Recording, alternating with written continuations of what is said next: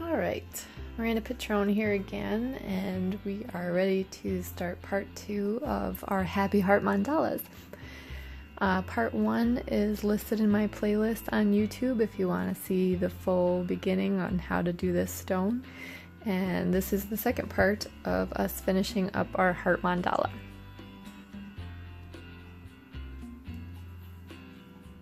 Okay, I have this really nice soft coral here from Deco Art, which I think I'm going to use next. Okay, and I'm just using a size 2 soft round acrylic brush.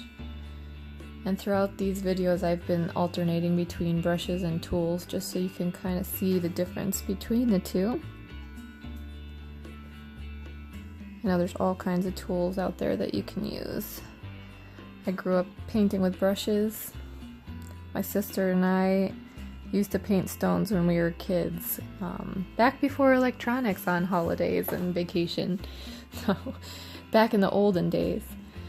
But yeah, we used to actually use our nail polish to paint stones when we were kids, and that's what I started on, rocks, and that was over 35 years ago. So now I still paint with brushes. Obviously I have upgraded from nice little nail polish brushes, which worked for me then, to soft round acrylics and the ones that I found lately from Princeton that are fantastic. I love the angled brushes. But as you all might have already learned, you can paint with a lot of different tools, not just brushes, and it varies in size. They vary in size. People use crochet hooks, punch sets. I've seen a lot of different ones. It's pretty impressive, the variety that's out there. Alright, so that coral I'm just gonna tuck a little more into the side because that would be how the pattern goes down here over the pink.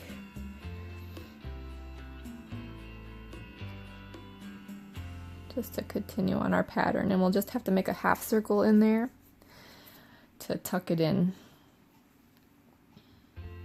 Alright, and I still have my cherry blossom here on the palette.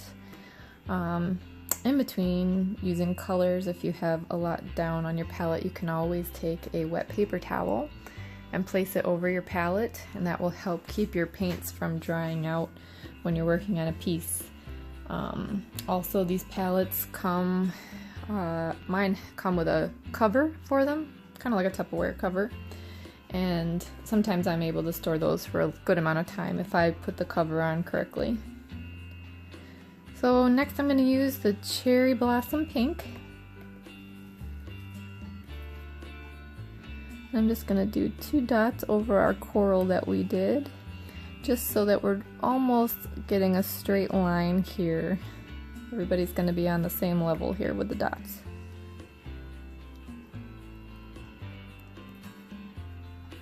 Oops.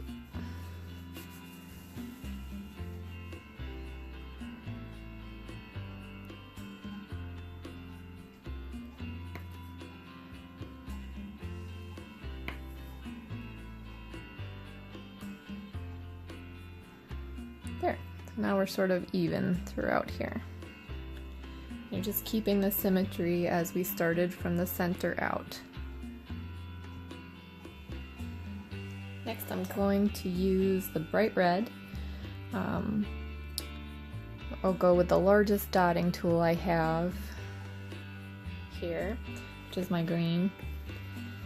And we're going to get a good amount on there because I want to make fairly large dots for this round here.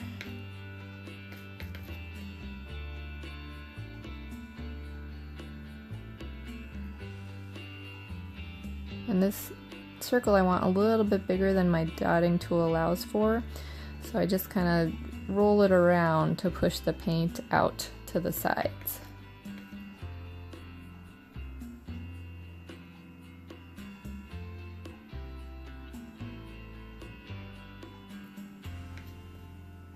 I haven't used this color in a while. It's a little gummy, I apologize. Just make sure if your paints do end up a little gummy that you pull your tool or your brush completely up straight. See how I have that string there? You don't want it to flap over into your piece.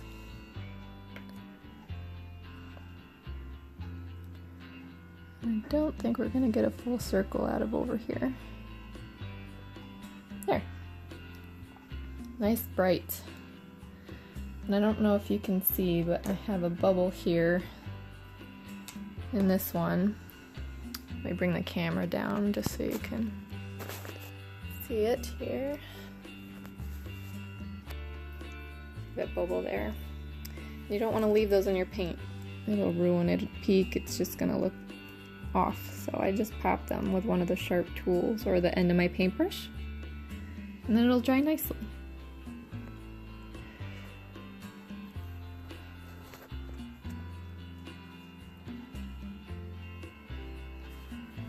Okay, so now we have to decide colors to go around our nice bright red that we have here. Alright, I think I'm going to go back to the Tutti Frutti to go around our bright red that we just did. And I know I said in part 1 that I was planning on doing traditional colors of love and stick with reds and pinks, but I'm kind of feeling like we should go out to purple out here, but we'll do the Tutti Frutti here first. I'll use the small dotting tool that I created. This one, as I said in the other video, it used to look like this with a knob on the end, and I actually just took it and broke the knob off, which made a point, and it gets a lot smaller dots out of it.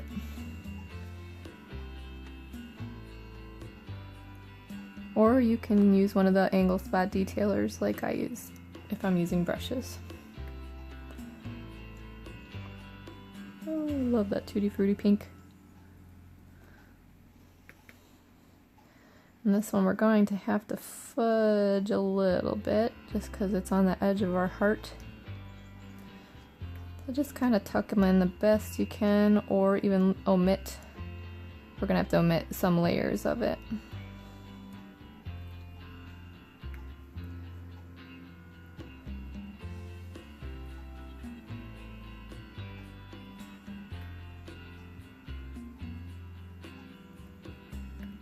I know I tend to get silent sometimes, but I also hold my breath when I'm doing the little dots, as I've heard some other people do as well. I don't know why, it's just a habit. It's like you're totally focused on what you're doing, which is actually kind of relaxing. And a lot of people have voiced that they're really just frustrated and don't have patience to do the dots, but what you can do is just come back to it. It's like a book, you know, a good book. You can always come back to it. Pause in the middle, put some wet paper towel over your paints, and come back to it at another point in time when you feel inspired. There, that Tutti Frutti looks pretty good. We'll let those dry. Okay, so after the Tutti Frutti, I am gonna go with this Thistle Blossom.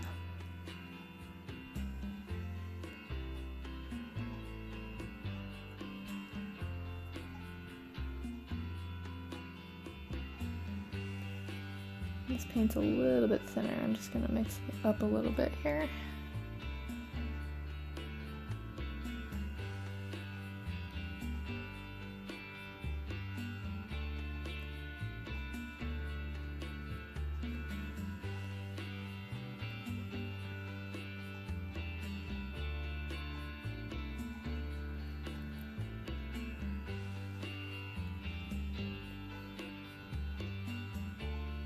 Remember, that's the end of our heart, so we're gonna have to omit some of the rows of dots there.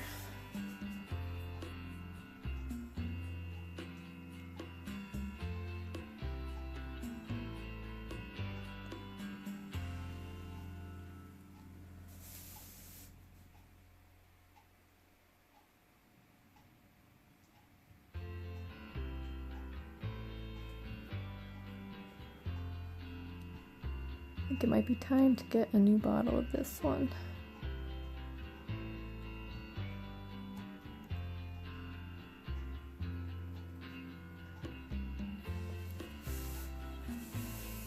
Just gonna go over a couple of these from the beginning because they wasn't mixed quite right. Okay.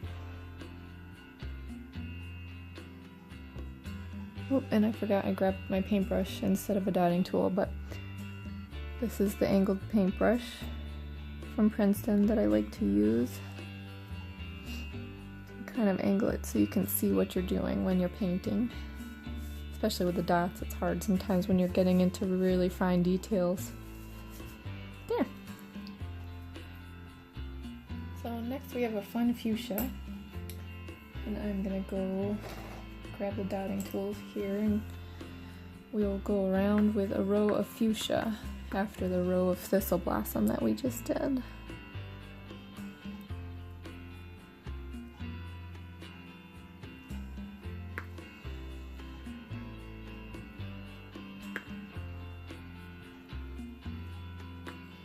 This is a brand new bottle of paint. It spreads really nicely. Here we go. Looking good.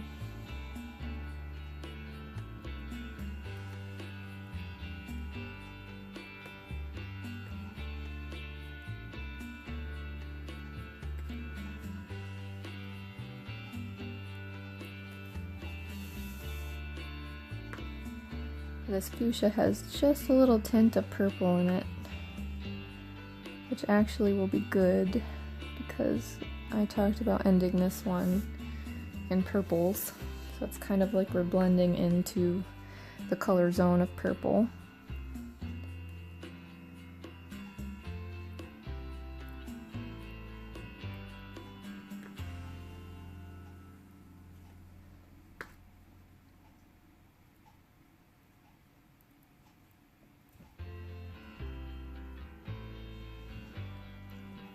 Okay, and that was the fuchsia, fun fuchsia. Okay, now we have this really nice, pardon me, deep magenta. And that's got a lot more purple in it, which is going to send us into the purple zone even more, which is great. Just helps the colors flow. And it's nice that they have such a wide variety of colors because then you don't have to mix all your colors. Makes my life a lot easier.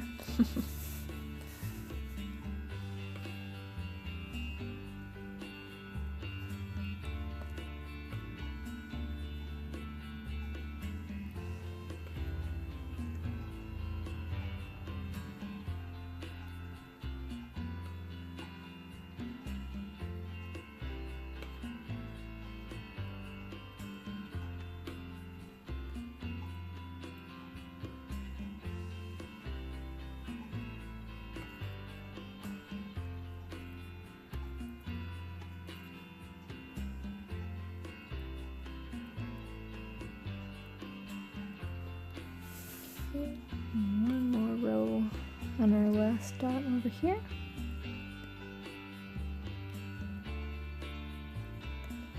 There. Alright, before we go into the purple zone there, I want to try to contrast a little bit here and kind of set it up so that the colors are divided. See how we kind of go white, then a pink, white, then a pink, red. You're just setting up contrast so you can see each color have its own pop. But I think that I'm gonna actually go back to the white. And this came out kind of cute here, so I might continue that pattern and we'll just do a couple larger ones here and see how that goes. I'm just gonna turn my stone because it's easier for me to do the drag that way. I guess I'll use the dotting tools here.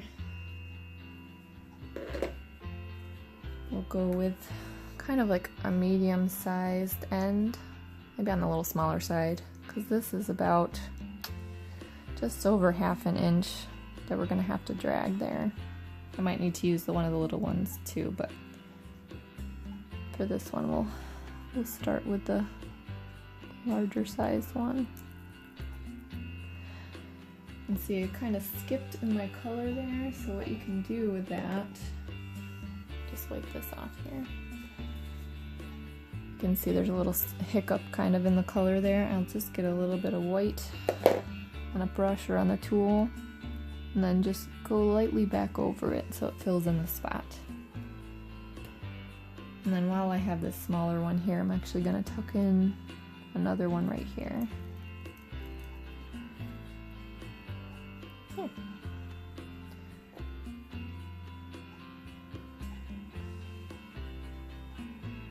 Alright, get a little more white. I'll start at the top of this one and drag it down in. I didn't get quite enough paint on there, so what I can do is take my smaller tool or a paintbrush and just start back up and drag it in there.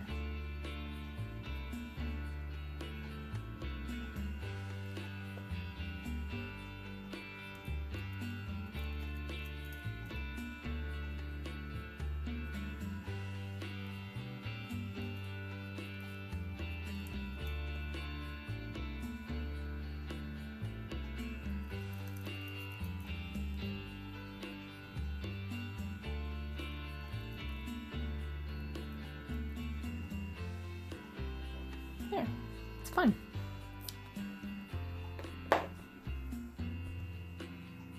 And I think one more time I'll go back to the Tutti Frutti. I like it when you can continue to use a color throughout the stone. It just makes it more cohesive. So we'll use the Tutti Frutti for, maybe we'll just do a tiny little V inside of those drags that we did. I don't know if I'll be able to do it here. Might end up just being a little line in that one.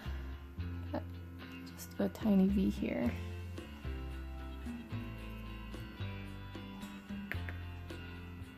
This is the thing about painting, just use your imagination and make up something.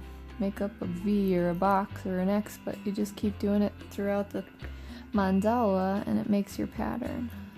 Oh, can't quite get that one in. So we'll just pretend that it was gonna be there. I'm just gonna beef this one up a little bit more. There. Okay. Now I'm gonna move on to darker purples, I think. It'll help contrast our mandala section that we've already done. Alright, I think I'm gonna go with one of the metallics from Deco Art. This is the Purple Pearl. And I'm gonna do a row of that here above.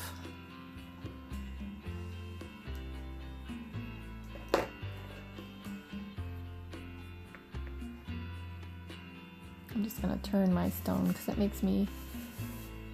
helps me to work on it when the part that I'm using is facing me. Some people have great dexterity and they're able to have it face any way they want and paint around it, but I kind of need it facing me. And this purple pearl is so pretty. I love these metallics. And I'm using the largest dotting tool. Oh, that one's gonna be a little off. That's okay. We'll just mush it up. There. So that's one row there. And next I have bright purple. And I'm just gonna put those in the spaces between where we had the metallic one. Just above the line here.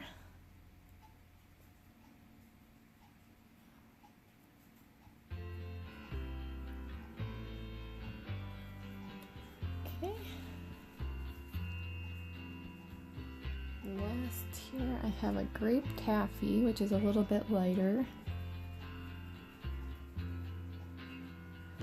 And I'm going to go even farther up in between the spaces of that next purple.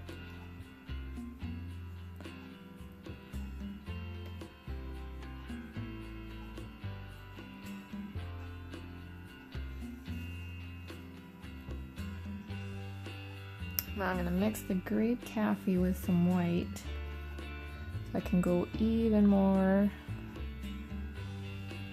lighter, even lighter here. I'll tuck those right in there.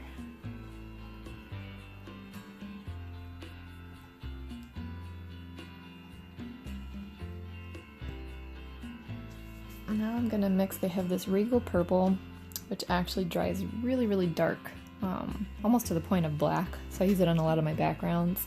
But I'm gonna mix it here with the grape taffy just to kind of get a few dots in of a richer purple. It's a great color. I wish it dried the color that it came out of the bottle, but it doesn't. It dries really dark. And actually, I'm gonna use a larger end to the tools here.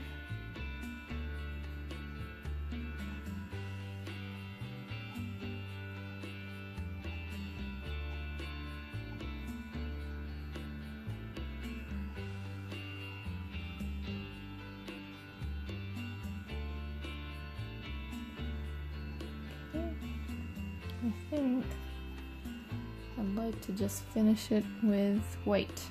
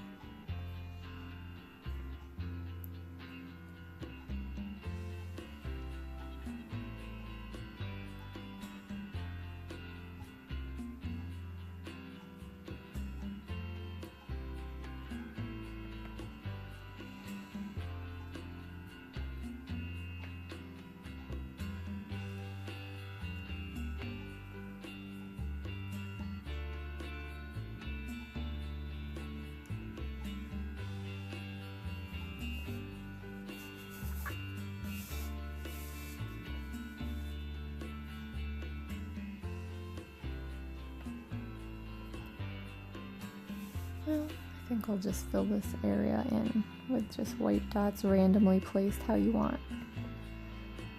Kind of like that look.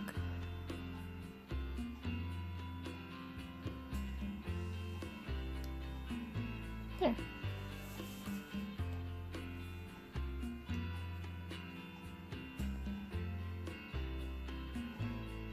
So now would be the time. Most of these areas down here are dry. If you wanted to do additional layers on your dots, or sometimes when you're using dotting tools, I've found that the paint will peak in the middle and make a point, which some people have mastered that technique and it looks phenomenal. They do their whole stone and they all have peaks. It's kind of like Braille. But if you don't want the peaks, I would go over it again with the same color if you want to keep it that way, and then you have the fluidity of the same color going on your dot, or you can highlight your dots with other colors. I have this one's actually folk art because I couldn't find the red that I wanted when I went to the craft store the other day in the deco art section. But this one is bright red from folk art. I think it's made by Plaid. And I'm actually going to do that in between and on top of some of my dots here to give it some glitter.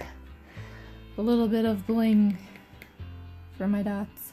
And some people I've noticed lately too are using gemstones and jewels. Just there's so many wonderful see, I didn't wait there because it's a sticky one. Imagination is a great thing. There's so many different tools out there and embellishments and things that you can use to really beef up your mandalas or your dots or any project, obviously, but so in order to fix this, I'm going to have to wait for that to dry, and then I can scrape up what I can of that paint and then go back and grab the deep red that I used. Actually, I think that was the Christmas red, and just kind of paint over where it overlapped. So one of the things in art is being able to fix your mistakes or hide a mistake. So I don't know if you can see it. Sorry about the shaky camera. But right there on the first dot,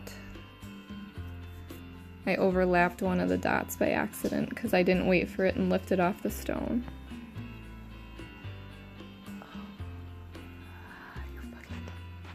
Alright, so part of the thing that I needed to do was fix my mistake. So switch the angle here. I just kind of scraped up that bit of the shiny paint that I used that dripped over. And then I wait for a minute for it to dry, and I will paint over that one little dot area with the red again. Another thing I noticed on here once I started getting rid of my pencil line here from our heart is that this would be probably the bottom of another V here. So depending on the size of your stone and where you were with the dots, then you might not have to do that, but I did just to keep our pattern. And nobody probably would have even noticed had I not said anything. Just one of the things you notice when you're doing your work up close and personal, like I was talking about. Okay, now I have a little bit of that deep red. I'm just gonna tuck it in right there and fix the spot that I made a mess of. Okay, in my next video, I am going to show you my favorite varnish, and we will varnish this stone actually, so I can show you how wonderful this black stone is. It really pops. That's why I didn't do a background on this one. So I hope you liked the video. I hope you find it helpful. Please feel free to share it with others, and if you like it, give me a thumbs up. Thanks so much, and we'll see you next time.